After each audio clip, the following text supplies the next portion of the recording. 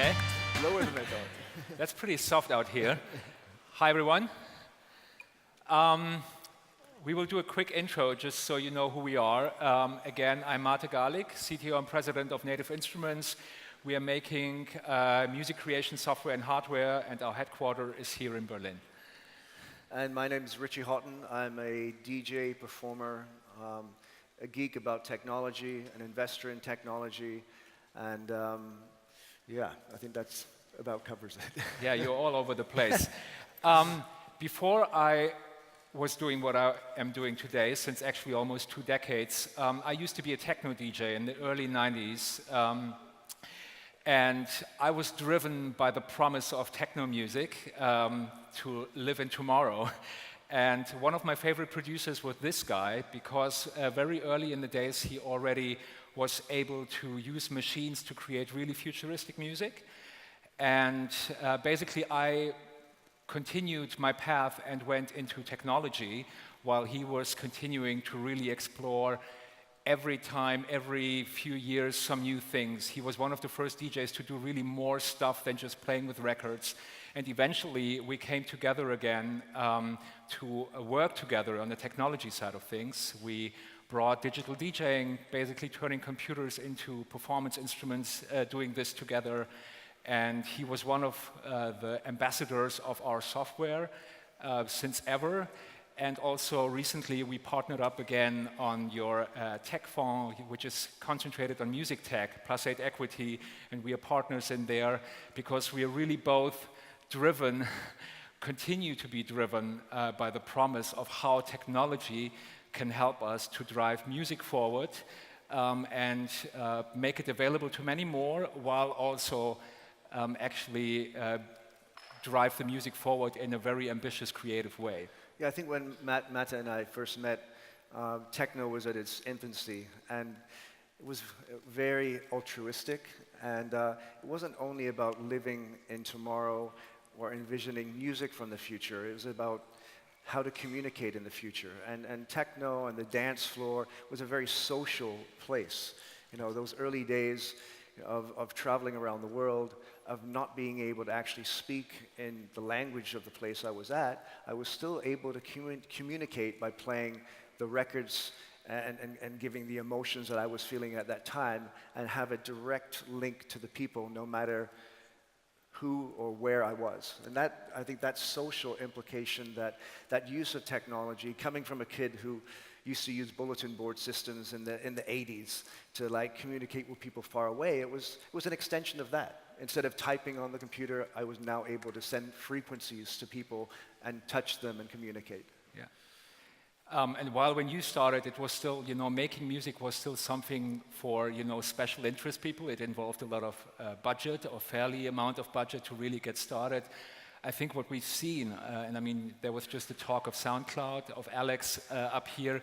What we've seen now in the last 2 decades was really a crazy democratization of music creation, and only because of that, a platform like SoundCloud could be so successful as it is.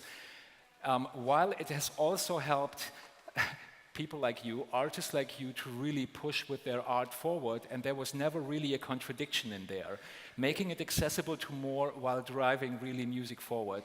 Yeah, I feel I'm a product of that early democratization of music, in a way, as technology simplified the conduit between man and music. You know, it's the late 80s, things changed from big studios and bringing bands together and needing, you know, hundreds of thousands of dollars for mixing consoles and bringing things into the bedroom. And, you know, if you'd asked me in '83 if I would have been a musician or a DJ, I would have said, well, one, I don't want to get in front of on a stage and perform in front of people, but 2, no, I don't think I can do that. But I was good at programming and playing with technology, and suddenly I found that that technology started to not only allow me to make cool graphics on a computer, but actually make music and allow my emotions to come out. So I think that's why, you know, we were very aligned in being interested in how that can go further, how we can unlock, the creative impulse in everyone through music, through art, through all types of things with modern technology, whether that's a drum machine or a computer program. It doesn't make any difference to me. It's probably the same as when, we created a guitar. Then some people were like, "Well, I can do that." So each step of the way, a technology, a man-made creation, maybe a simplification of a certain process has allowed someone who wasn't able to unlock the creativity to take a step into a whole new unknown world. Yeah. I think personally that the art of making music is going to become even more a tribal movement than it is already, and there is no contradiction in also helping to really drive art forward. And I think the two of us, we're really working since a long time on this. You remain to be an artist and really always try to reinvent yourself while you're also investing into these technologies that enable so many more people to actually do something and create with it. And today, I mean, what's happened, back in the days, there were still a lot of bands, and there still are some out there, but there is a lot of these people out there that are just making music by themselves, and just releasing it by themselves. And we are right now on the verge of really something where much more people get into the process of, or at least who are interested in the act of creation.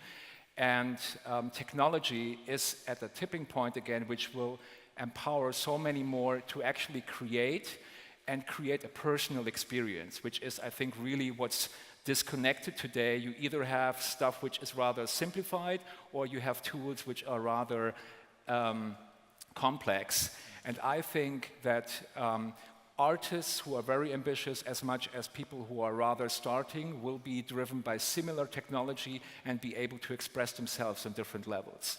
I think everyone today has nearly the programs or the technology within their pocket to be creative, to share, whether that's taking, tweaking your photo on Instagram, or whether that's using one of the pocket iOS devices for making music.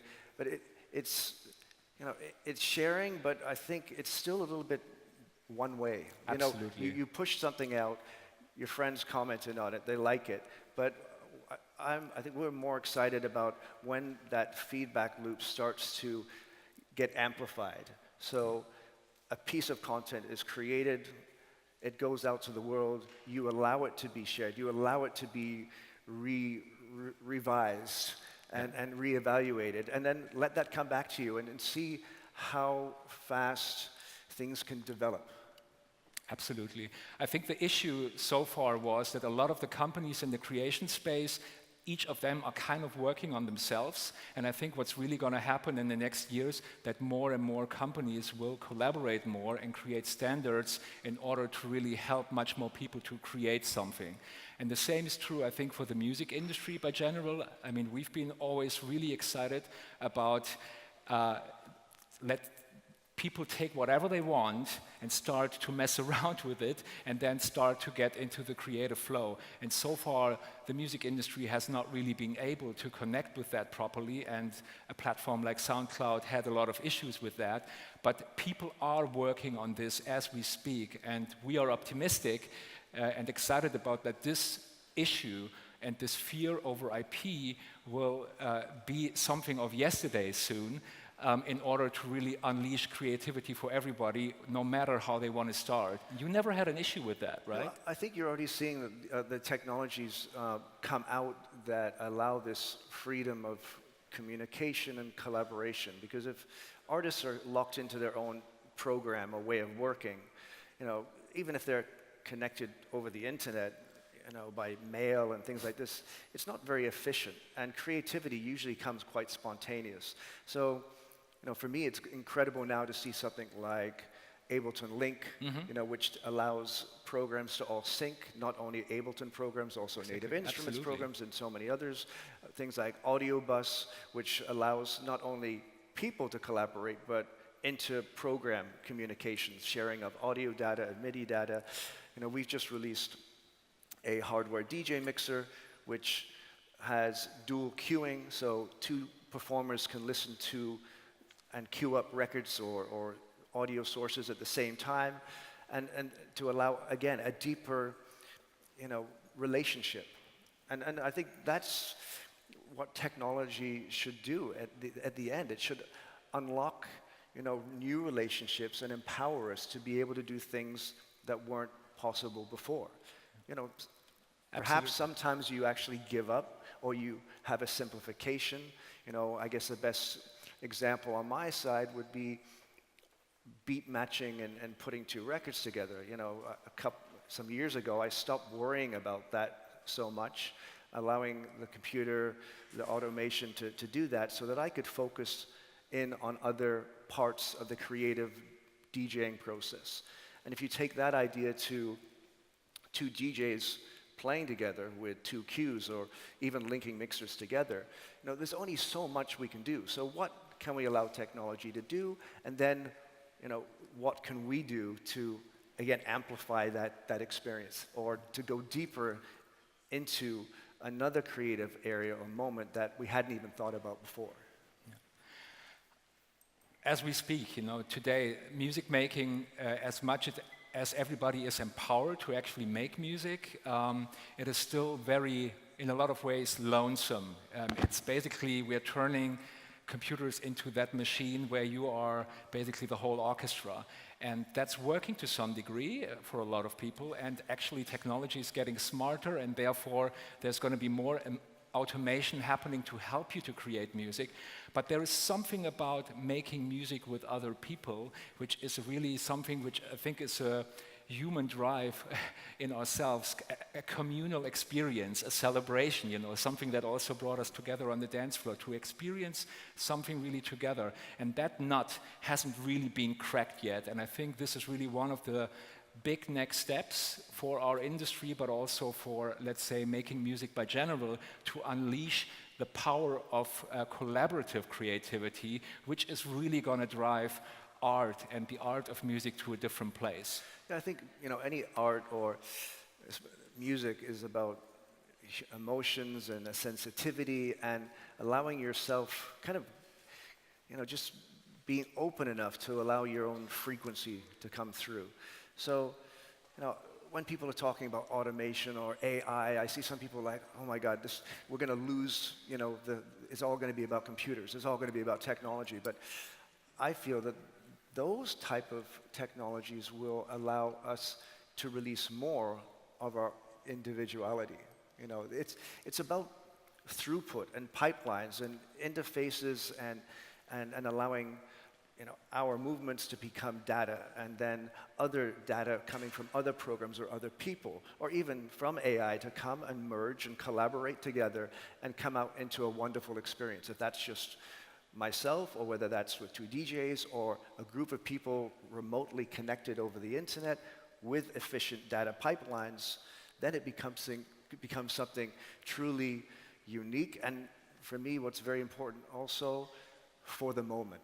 And I think that's where the automation and technology can really bring up experiences, because the best musical experiences, or it's when it's all happening at that moment, whether it's just me playing records on top of each other, or Mata and I next to each other and he's listening to what I'm playing and we're going with it.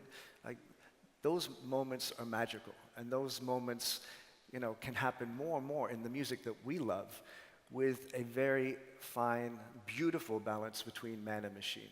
Absolutely. I mean, when I said it's going to become a tribal movement more, so I actually also meant that the act of recording music and sharing it on SoundCloud or another platform is going to be and remain important, but there's going to be more and more people who are actually just going to make music for the joy of making music, because technology is finally empowering them to really have a personal connection with technology and therefore connect with music, which I think has a really a strong emotional power onto each and every one of us.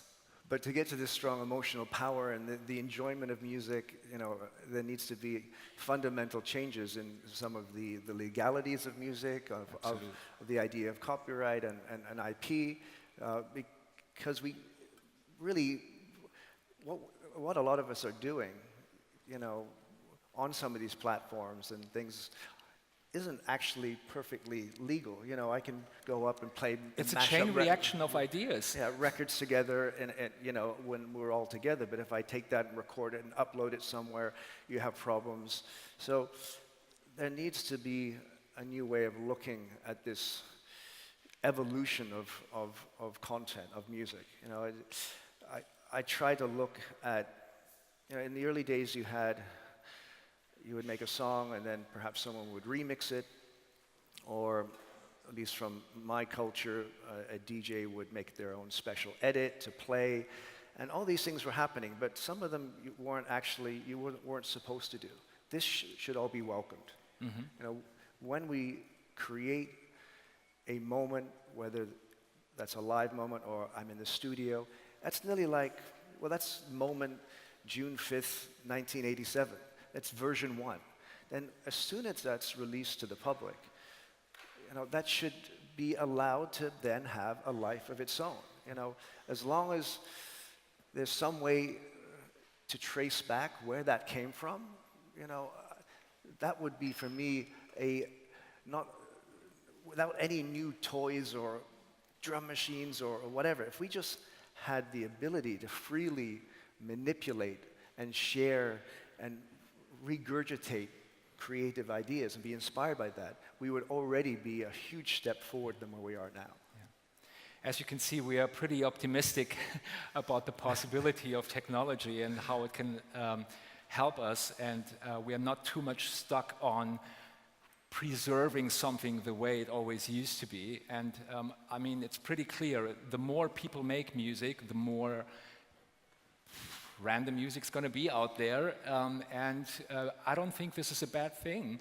I think everybody should be allowing to make something up to their what they think of, they can execute on. But I think these kind of activities also help art to be driven forward. And I think the projects in the future that are concerned regarding music will become more ambitious. They will become more interdisciplinary. I think just the act of listening to music in a, let's say, passive way on a streaming service is going to be one way of experiencing it, but there's going to be much more different ways where music connects to other sensory elements, which turns it suddenly into something much more than actually listening to a singular piece of music while you're on the go. And I think you're really working on these kind of things. I think that's what fascinated us by techno music and club culture from the first place. There was always this kind of feedback loop. Of course, as a DJ, I'm up there with my own kind of mission. I have my records, so this is what I'm going to do. But I'm very aware of the audience, the reaction, the type of club, what tempo I'm going to play. There's so many things going on in my mind when I'm performing. And I think that is where, things excite me where they're going. How can we go deeper into that type of experience? How can we think about more interactivity between lights and sound system and sensors and visuals? Because right now, most incredible experiences, like on a concert level that we experience, are still kind of just pushed, to you guys. And most of those experiences are quite orchestrated in the way that visuals are time aligned, and this must happen here, and you have to go from 1, 2, 3, 4. You can't rejuggle things in the middle of the show. So, I'm very interested in how the data can be shared between different programs, different types of artistry. From the lighting designer console to a club where you're thinking about the architecture or positioning of people. Like this, it all becomes data in the end. What will happen when you can start making correlations to this to heighten that experience? Yeah, I personally find it weird that we're now again at, let's say, at the times of concerts, even for electronic music, where you're blasting a lot of frequencies and visuals to the people, but it's so pre-orchestrated. When we started out to go out, the beauty of going out, and still if you go to Berghain today here, it's kind of there. There is a non-linearity about the night and what you experience there. And I think this is really where there is an opportunity to engage more with each other. When we started to go out, it was not about looking at the DJ, it was really about everyone being in the room and participating and contributing. And technology has theoretically the potential now of bringing us closer together again by sharing data with each other. And a person like you, if you would be DJing and you would be having more access to who is really around you than what you see right now there, how much of a difference would that really make for you? Yeah, I'm taking the temperature of the room, of the people. If you could actually understand if, beyond if people are just moving or dancing, like imagine, I think there's a emotional chemical reaction if your senses are heightening, the pulse is going up, you're perspirating more. If you could tag into that and then actually push the people maybe even further that you can do right now by just looking at them, or pull back, that starts to become an interesting like collaboration.